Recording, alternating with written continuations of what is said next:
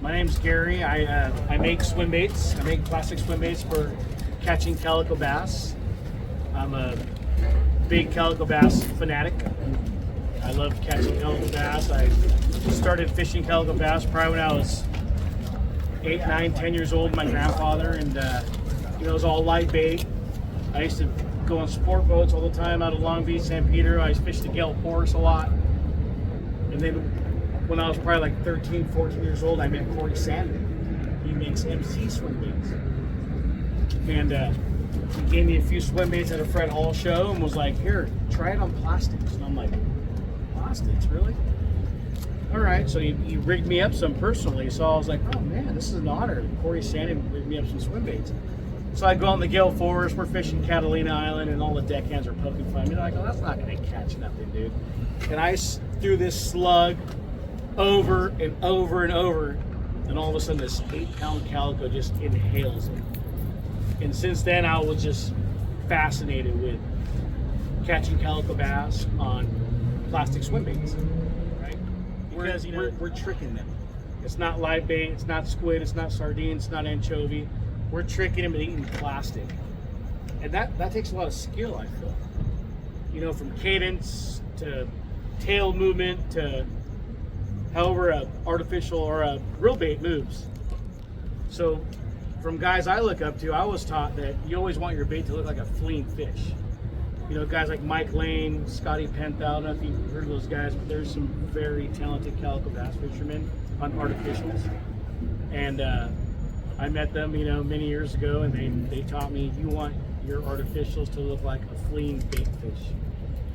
So from there, I kind of, you know, kept fishing the MCs, the big hammers, the AAAs, you know, all the stuff my grandfather fished and taught me to fish, but I kind of saw something that I wanted more.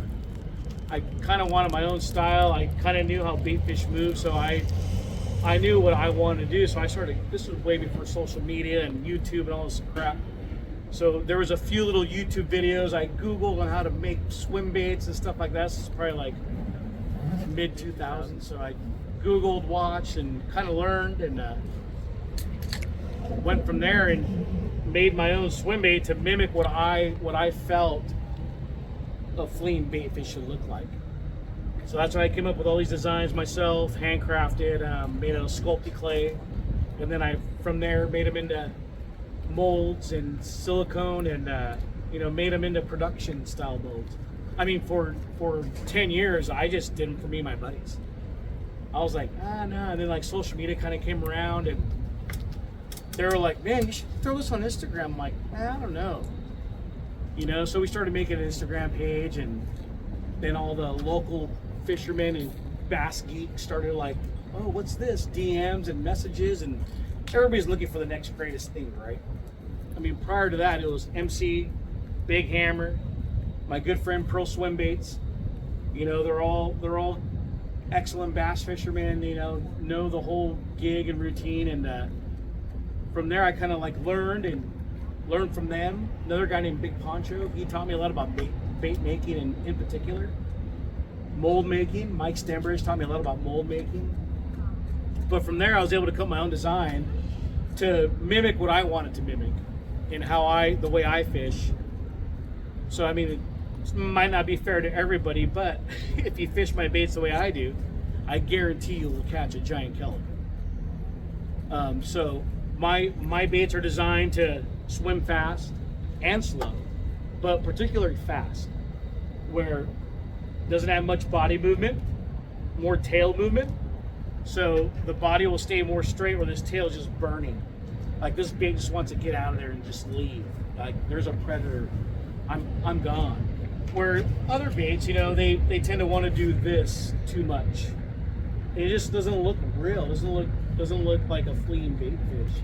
So I kind of saw that in plastics I was fishing. So I decided to cut my own design, a lot of trial and error, and was able to come up with stuff that finally caught fish. Me and my friends, you know, fished them for a good 5, 6, 7 years.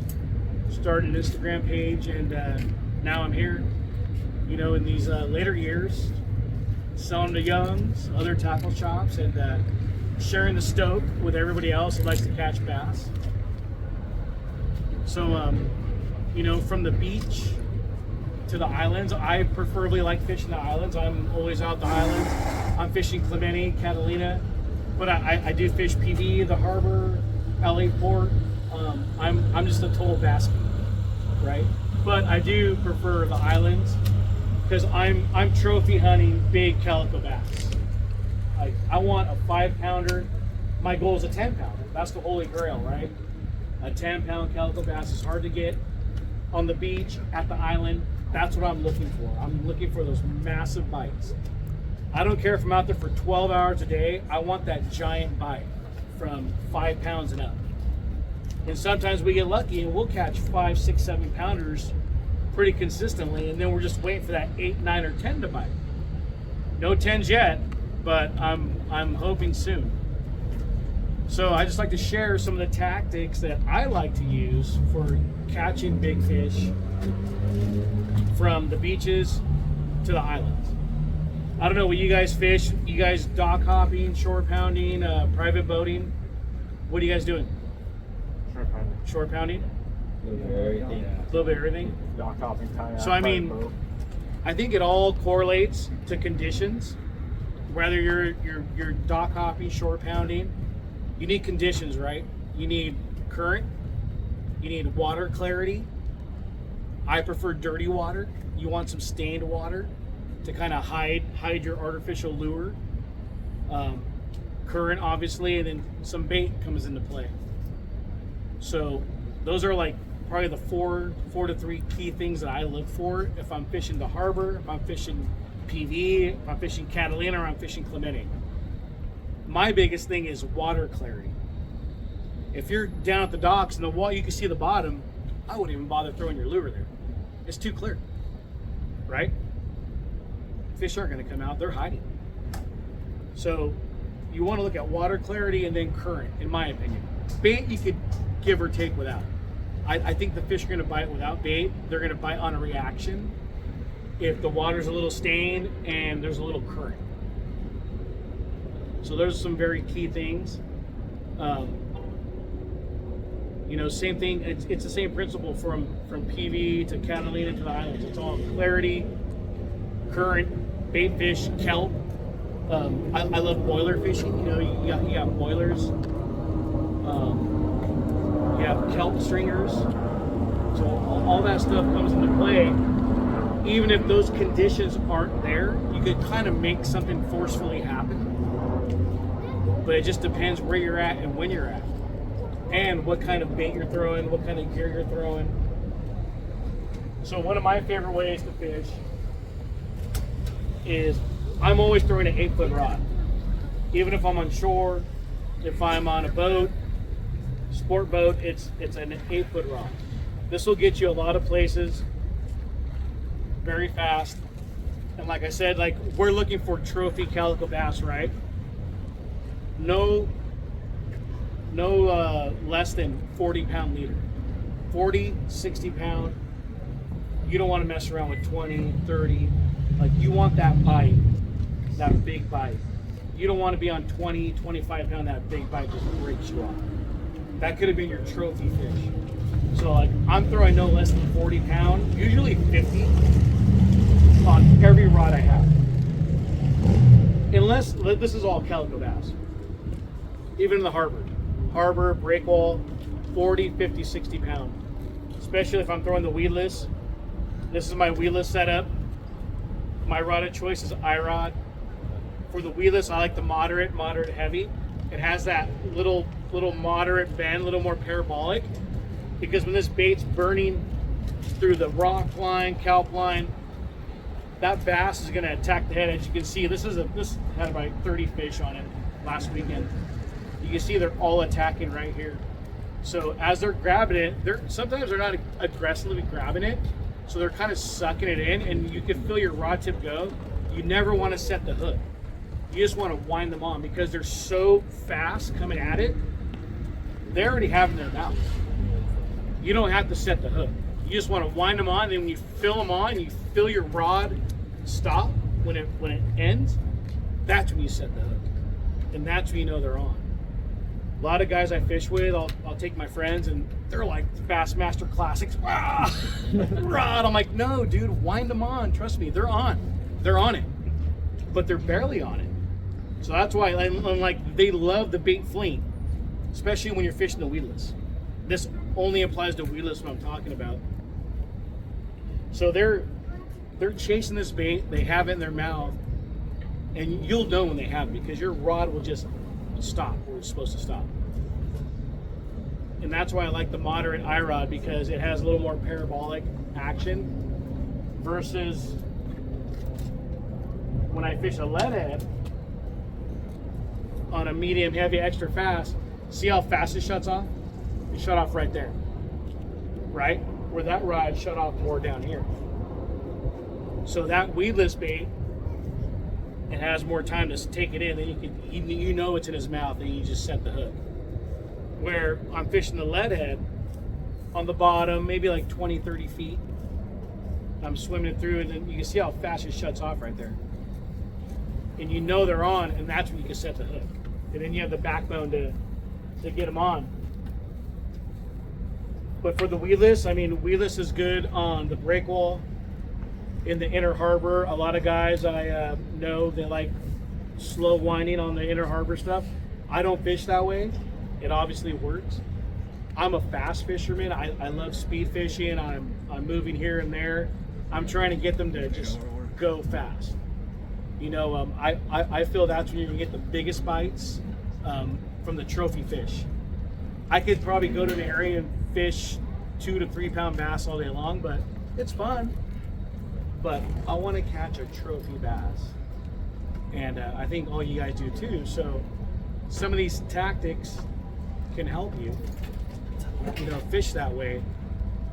You know, sometimes it's fast, sometimes it's slow, but over the 10, 15 years I've been doing this, I've had most of my bigger bites fishing fast, from the breakwall to the islands. It just, if you treat each area the same way, I think you're going to succeed. So another way I like to fish is on a 5-inch or a 6.25 or 7-inch swim bait with a 1 ounce to 2 ounce, or 1 ounce to 1.5 ounce lead head. I do what we call a fast wind. So we'll throw this out.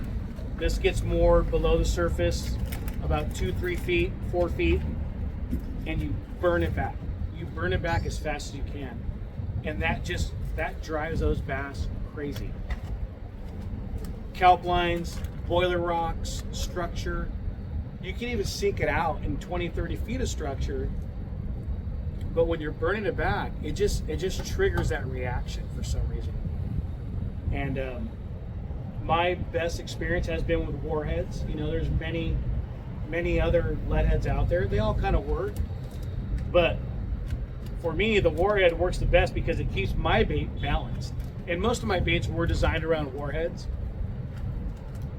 You know, like back, I made these baits. My first prototype were done 15, 16 years ago. And back then, war baits was the only game in town.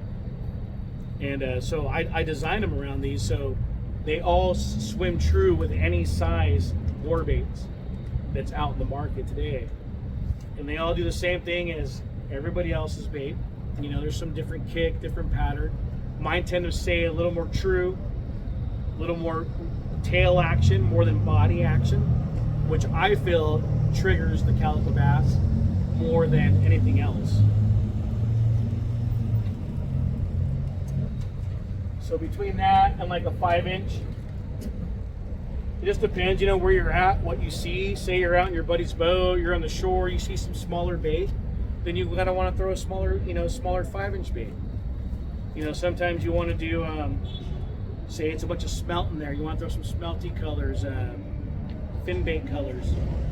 Like for me, this is a total Catalina color right here. This is a lot of Catalina fish, blues, browns, stuff like that. Clemente, I fish a lot. It's a lot of olives, browns, reds. In my opinion, color kind of matters, but it doesn't. I think it's more just motion in the ocean, you know what I mean? They say, you know, It's the motion in the ocean. I'm kind of that guy. I could throw any swim bait and catch a fish. I'm not gonna worry about what color I have, but some guys do worry about color. Just depends. But there's many ways to fish my baits. You know, I have weedless baits. This bait was fished 2 weeks ago. Had about 50 bass on it. You know, from the bay, I have a 5-inch weedless bait. Something like that, low and slow. It tends to work on a warbait's swing head, neck breaker, whatever he calls it. You know, even the popular booty spin, which I call the rollerblades of weedless fishing. You know, you want to go rollerblading, dude? Let's do it. Blades of glory. You know, this is blades of glory. You know, hey, it works, It does. and it's not just kicker that can do it. Those guys are very good at marketing, but hey, man, any base bait can do that. But that's the way I like to fish calico bass. Is, you know, fast, furious. Even in the harbor, that's why I have a hard time fishing spotted bay bass, because I go with my buddies that do it, and I just can't fish that slow. So they're like, dude, slow down. And I'm like, I can't. Does the same advice go for like sand bass? Sand bass, no, sand bass is a little more low and slow too, I feel. I'm talking particular calico bass, you know, from breakwall to PB to Catalina to Clemente, Dana Point, anywhere. I mean, if you take any section of water and treat it like where you learned, I think you're going to succeed. Like I was mentioning, I think it boils down to water clarity and current, and then bait, right? You might see some bait, you might not. A lot of times I don't see bait, but we rope them. But there's current and there's stained water. You know, clear water, if I'm in a tournament situation and I'm rolling up to my favorite spot and the water's clear, I'm not even gonna stop. See ya, I'm out. Because why should I waste 30 minutes there when I know they're not gonna hit? It's too clear. They can see what I'm throwing something fake at them. You know, you kind of need that stained water to trick them, to disguise your lure, so to speak. Any questions so far? What's the ratio on the reels? My reels I prefer are usually 7-to-1 and 6-to-1. So on my smaller 5-inch, when I'm fast winding it, I prefer a paddle handle. And this is about a 6-to-1 Daiwa. My favorite reel is Daiwa. I love 300s, Lexas. This is an old school first edition Lexa that I just can't let go of, dude. I love this reel. It's been a workhorse. I bought it like 8 years ago and fished the crap out of it in Cedro. So this is one of my favorite reels. But usually 6, 7-to-1. I like iRod medium heavy to medium fast rods, and the more parabolic moderate to medium heavy. You know, because we're trying to catch a trophy bass. You don't want me, but that's what I like to fish. You know, there's different ways to fish. There's low and slow. There's jig fishing. You know, on creature baits, jig heads.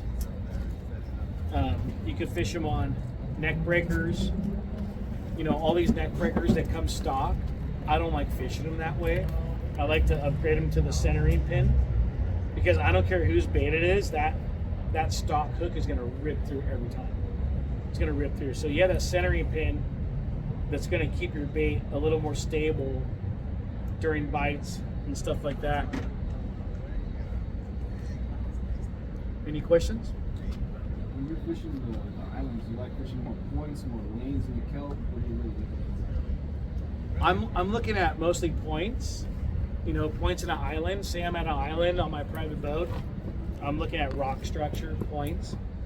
But if the kelp on the outside is laying down and looks good, and worrying about, like, bass are related to a lot of depth too. That's something I left out. So I'm fishing probably 70 feet to 5 feet of water. The bigger fish tend to come in 15 to 5 feet of water, if you could get in that tight. But a lot of times with getting in that tight comes with looking over your shoulder every minute for a wave set coming in at you, right? Charlie's been with me. Yep. So, you know, you kind of got to know what you're doing. I do not recommend it unless you've done it a lot. If you're a private boater, I do not recommend it unless you learn with somebody experienced. It get pretty gnarly, fast. You got to respect the ocean. You got to respect all that stuff. I've been doing this 15, 16 years. Before social media, videos.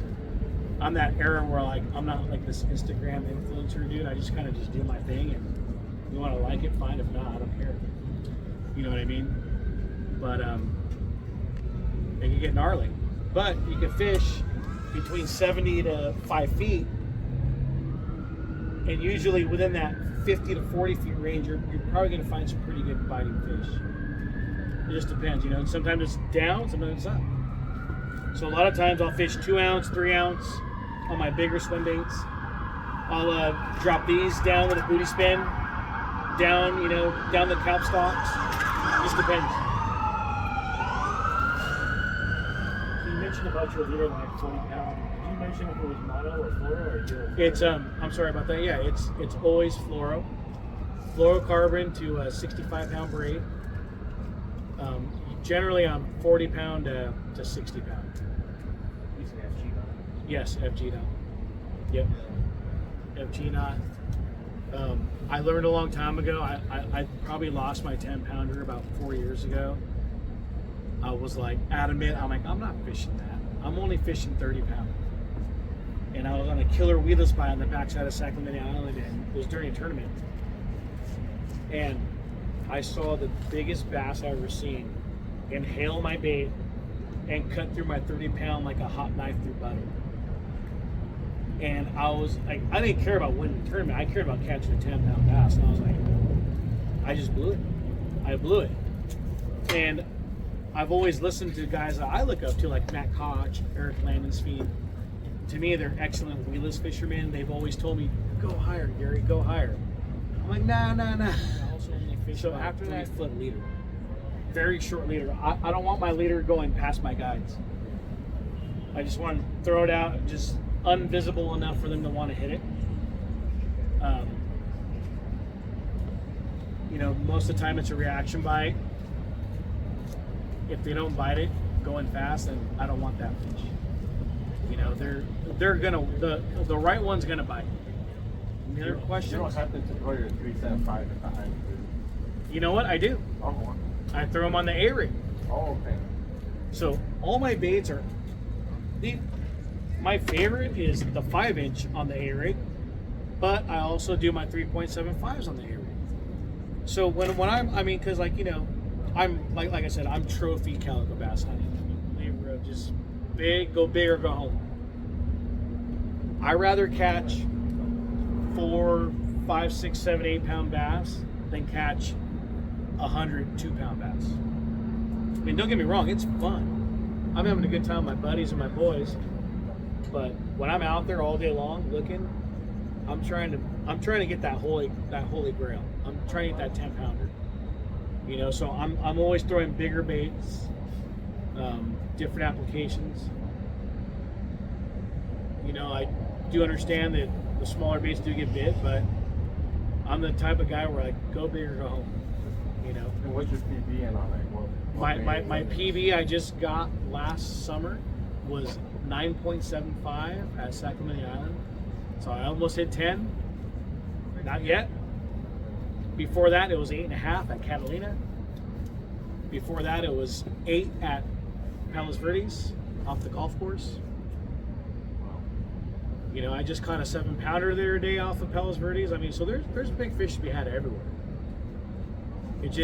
It all correlates to conditions. I mean, I can't stress that enough. I've, you know, listened to seminars from Benny Florentino, one of my mentors, Ben Seacrest, Jimmy Decker, Eric Landensfeed. All these guys are the guys who've been doing this for decades before me. And if you just listen to them, you'll learn a lot. You don't have to ask a question. just listen to them in conversation, and you'll learn. And if you learn and you start putting it together, the pieces of the puzzle start coming together, and you're like, oh shit, this is clicking. This is clicking now. Okay, I just did this. I heard this. I did it. It just worked. You know, so it's just kind of that mentality. I mean, how into it are you? You know what I mean? Somebody asked about scent. Oh, scent. I am not a believer in scent. I could fart on my bait, doesn't matter. I don't think scent plays a role where I fish, the islands. I think scent plays a role in the bay, but I'm not. I don't use scent, and I don't have a problem catching fish. You know, I think it's just whatever you're comfortable with. Fish, you know, I got creature baits, I got small baits, big baits. My whole emphasis is catching trophy calico bass. You know, getting a photo-worthy bass, that one that's gonna just make you stoked. I love catching. I've found a new love for catching spotted bay bass, fishing the harbors through my good friend Mike Stembridge, that does Pearl Swimbaits. He's another bait maker that makes excellent plastics as well. We're very good friends. We bounce a lot of ideas off each other. We're always fishing the bay. He got me super into that, you know, so I started fishing my smaller stuff. I made this smaller bait just for fishermen to have. I don't fish this stuff. I fish it on air rigs maybe. But then when I started, this is probably 3-4 years ago, and I started fishing the bays more, and I was like, oh shit, this is a good tool. You know, so these are all good tools. I got a creature bait. You know, you could throw in any jig head. This is a nice custom painted one by Nick Mora from SoCal Fishing Squad. But you know, the jig bite's awesome in the bay. Shore pounding, all that good stuff. You just use your clips for switching things out, or I prefer clips for movement and for switching out. Yeah, because it does give you a little more movement. Benny Florentino got me into that. Benny fishes a lot of clips. I started doing it years ago on my surface irons, and then I'm like, well, let me try it on my weedless baits. And I noticed it did give my weedless baits a little more kick and free flowing, and I noticed more hookup ratio. So then I started going to the lead head. So it just depends. And then for the luxury of changing out real quick. If I want, like say I'm fishing a 1 ounce and I want to go to a 2 ounce, I can just clip it off, clip it on, and then drop a stock. You know, instead of trying to retie, especially like in a tournament situation. I've fished my share of tournaments, and you want to be ready. You don't have time to want to be tying up, thinking about what you want to do. You got to be ready to go. Like instinct. I like to tie a San Diego jam knot on them because it just keeps it nice and cinched. It doesn't kind of clutter the movement of the clip or the lead head. That's my go-to knot. So where's your inspiration for like the colorways? You know, personally, I don't make baits for a living. I'm in the printing industry. So since I was 18 years old, I'm 48 years old. I grew up since 18 years old in the printing industry. I've worked with ink makers, high-end print makers. So color is my industry. I've always seen color very well. That's how I make my money. We look at color. I do a lot of high-end entertainment work. So a lot of my color schemes just come from me knowing how to contrast colors.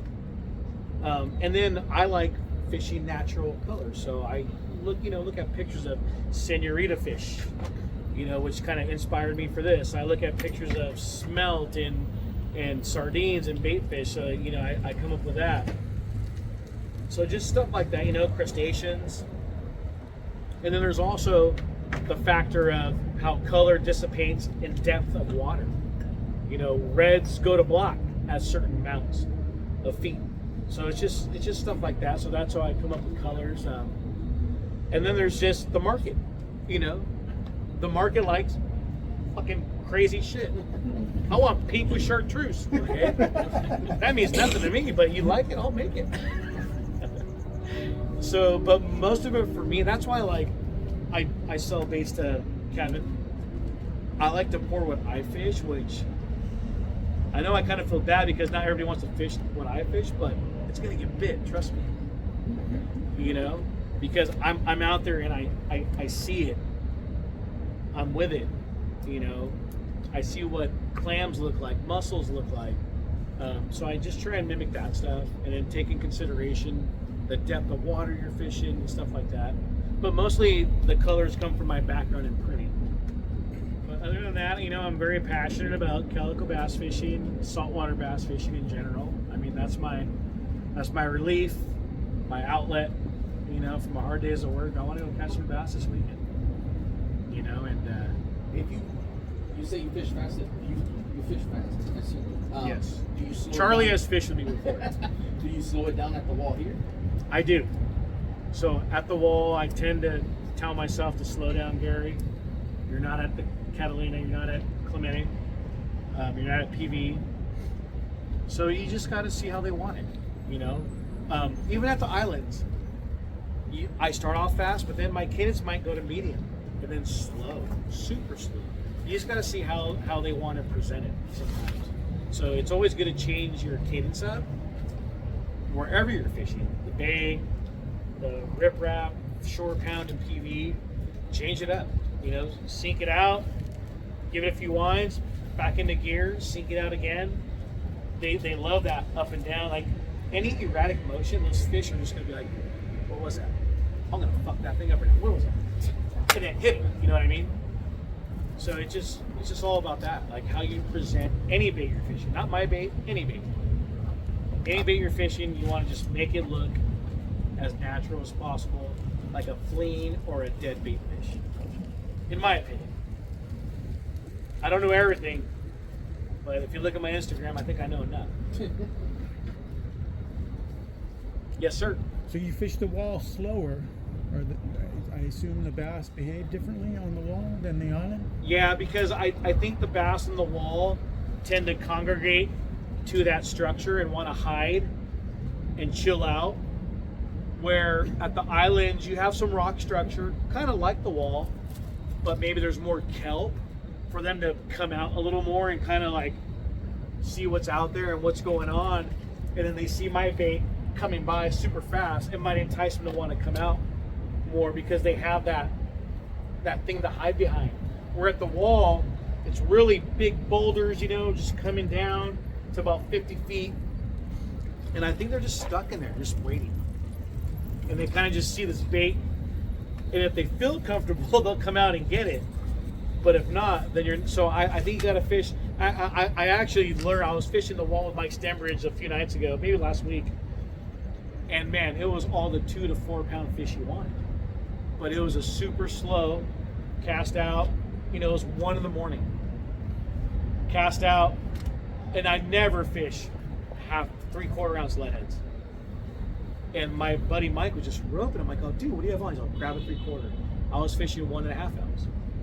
My fall rate was too fast. So as soon as I changed that, the fall rate was slower, and my cadence was much slower, and wham, wham, wham. So it does tend to correlate to where the fish are hiding, where they're at. I think the wall gets a lot more pressure too. There's a lot more boat traffic. I know a few people have DM'd me about how to fish my baits off a sport boat. You know, most sport boats aren't getting in tight enough to probably fish calico bass with artificials, but you still can. And it'd be the same way I fish from shore. Cast out, if you see kelp, cast out towards it, and I would just start burning it back. You'd be surprised what happens. Are they mostly schooling, or are they? You find that one off? No, they're all schooling. Usually, you'll find when they're like we catch 1 5-pounder, there's usually several. You know, and they usually get bigger. There's been a few trips, man, where I've been with my good friend Mike Stembridge, and it was all 7, 8, 9 pound fish. We couldn't catch them all, but we seen them all. We had wolf packs. I mean, you know. When you're fishing the A-rig, you hook up, once you get that one on, are you still slow winding back, hoping for that bigger one chasing? Good question. So we've been fishing the A-rig a lot later this spring, and we'll catch one, and we could tell it's a okay fish, but we'll leave it in free full a little bit and just kind of jig them, and then wham, 2 or 3 bigger ones will hit it because they see that little fish eating, and those bigger fish go, fuck this guy, and they want to go hit it. And then I can show you photos later. We were doing it at Catalina the other day, and my buddy had like 2 6-pounders with like a 2-pounder. He caught the 2-pounder first, and he would jig them as he's winding them in slowly, and then the other ones would come just hit him. Yeah. So yes, definitely do that. Like once you know that one fish is on and he doesn't feel too big, because you can kind of tell, he's okay. And then you can kind of jig him up and down, leave him in free spool, maybe let him spool out a little bit, and then jig him back. If bigger fish are around, they'll definitely hit. Okay, cool. Yeah, good question. Same thing on if you're ever fishing, even on a sport boat, but private boats, you have a buddy that catches a good fish, there's generally going to be a wolf pack with them. If you're not in the water, be ready, because right there will be an 8-pounder chasing that fish hook, and you have a lead head with a bait or weedless bait, just throw it over, they'll hit it. Right. It feels good to be a positive impact on people. I was telling Charlie and Nick, I think, like, I get so many direct messages through my Instagram. I'm not a huge social media guy. I'll post my fishing adventures. I'm not one of these guys that like wants to put every video of me doing this and that. But I get stoked when something I created with my own 2 hands, and someone DMs me like, "Dude, look at this bass I caught on your such and such bait." I'm like, "Fuck, this is why I do it." You know what I mean? I don't do this for money at all, guys. It's just fun for me. My career's in printing. I've been in print since I was 18. I'm 48 years old. I have a living. I do okay for myself. I just like having fun, having a good time, meeting people, getting people stoked. That's what I get thrills on. It's just fun to meet people, and people are catching their PBs on something I made 10, 15 years ago. So for me, that's awesome, Derek, and it gives me a good feeling. Yeah, it does. I like to contribute to the saltwater bass community. There's a lot of us that are into it, and I like to contribute as much as I can. I think a lot of people know I give away more than I sell. Do you fish the iron? I do. I love fishing the iron. I actually got some irons from Kevin recently from Young's Tackle, and I gotta tell you, nothing else. I was throwing the weedless up 200 casts and I could not get bit. The A-rig was going off, but I didn't want to fish the A-rig. I knew the A-rig was getting bit. I'm like, oh, I don't want to catch it that way. So I grabbed one of Kevin's YT1, like in a bitchin' mackerel pattern that shifts colors. I realized that it shifts colors really well. So I threw it out, and wham! I was like, and my buddy goes, "Was that your weedless?" I go, "No, dude, it was the iron." So, yes, sir. So you fish a lot of iron. Are you throwing irons on iron? And I- if you are, which one? I fish IROD a lot. IROD has an 824, a 764, and an 825 that I really like throwing the iron on, poppers on. I caught my biggest bluefin on an IROD last summer. I caught a 200-pound bluefin on the iron with an 824 bottle with a 500 turn accurate reel. IROD's an amazing rod. They're made in Korea. Matt Newman owns the company. Matt Newman's from Thousand Oaks, California. He's a badass bass fisherman, freshwater. I don't know if you guys are familiar with freshwater bass, but Matt Newman is a phenomenal freshwater bass fisherman. He's a phenomenal bluefin tuna fisherman that he likes to do for fun. So he designed some stiffer rods, or some bulkier rods for pelagics a few years ago, and I was fortunate enough to meet Matt about 9 years ago when he first came out with the Cotton Mana series. I was fishing other brands before, and I've kind of known guys in the industry, and Matt was coming out with this brand, and through our mutual friend Ben Seacrest from Acker, he's like, "Hey, check these out. What do you think?" So I gave him some feedback, and we made some tweaks, and they've been very good rods. I mean, excellent shut off, excellent backbone. A lot of these bigger fish live in shallow waters. So I'm throwing a bait. My boat might be in 20 feet of water, right? And I'm casting that car, and it's like 5 feet of water. There's coral, rock, reef. So I'm casting my bait out. That bass hits it, dude. It's going right in the, like, you're talking 6 feet of reef. So you got to have that shut off, that right shut off, and the backbone, rod tip up, to get that head turned up so he doesn't break you off in the rock. Because those bass aren't dumb. They're big bass for a reason. They dodged a lot of bullets, you know. So these rods have been a lot of my success to a lot of the bigger fish that I've caught, for sure. And I've been fortunate enough to know Matt for about 10 years now. Matt's a great guy. He knows how to build rods. He's had a lot of help from Ben Seacrest, which is one of my mentors. You know, Ben's a phenomenal fisherman and knows a lot about every fishery. He has been leading Accurate reels for a very long time in their success.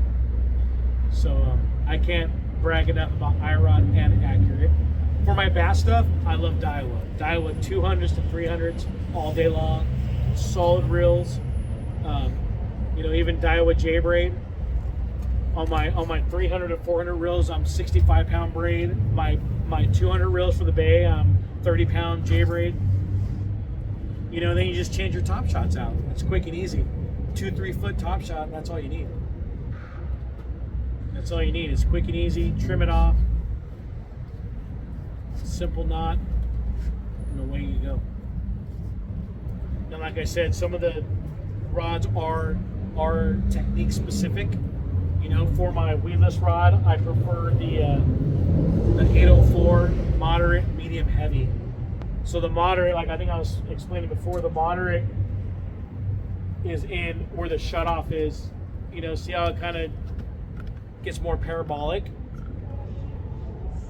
It gets more parabolic, and see how it shuts off near like that 5th or 6th eye?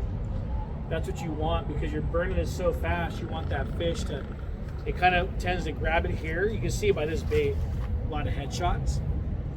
It grabs it there, but it's not fully biting it. You just kind of want to wind it on. And then once you wind it on, you see your rod tip do that. And once it does that, you know it's on. Then that's when you want to give it an extra tug and set that hook. But then when I'm fishing a little deeper on stones, I use, is this the right one? Yeah. I use the medium heavy extra fast.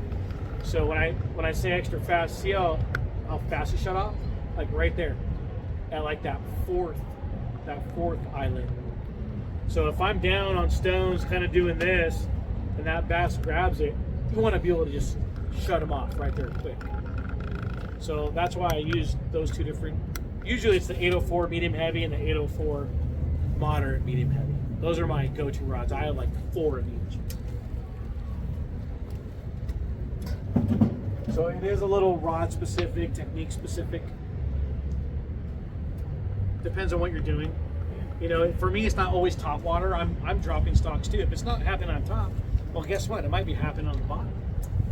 You know, some bass fishermen frown on it. They call it dumpster diving, especially the San Diego folk that I deal with. For some reason, they don't like dropping stocks. I don't care. I just want to catch fish. You know, if they're not on top, they're going to be on the bottom. So we'll drop stocks in 30, 40, 50 feet, jig it up and down, and get bit. So do you prefer power handles for weedless fishing? I do. When I'm fishing fast, I prefer power handles. If I'm fishing a little slower, I'll use the paddle tail handle. But most of my reels are power handle. Is it a straight cadence? Yeah, a lot of it is. Weedless, you always want to keep the same cadence. If you're gonna wind this fast, do it all the way to the boat or to the shore, wherever you're at, all the way back to you. Or go slower, but just keep the same cadence. Or sometimes you might go fast and slow, fast and slow.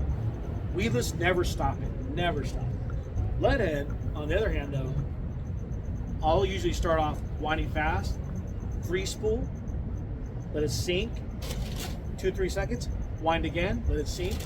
Usually on that drop, you'll get them to react. And that's a real good tactic from shore, from rip wrap, you know, short pounding, dot pounding. Hopefully I was able to share some of my knowledge. Like I said, I don't know it all, but whatever I know, it's worked for me, and I've learned from other fishermen like Benny Florentino, Jamie Decker, all guys I've looked up to. You know, if you guys follow the bass scene, then you'll know who they are. But they're all super rad guys, rad humans that like to share knowledge and just catch fish and get bit. You know. Well, I appreciate you guys all coming and listen to me blab. Thank you. I would like to thank Gary, make this event. Thank you so much for this seminar.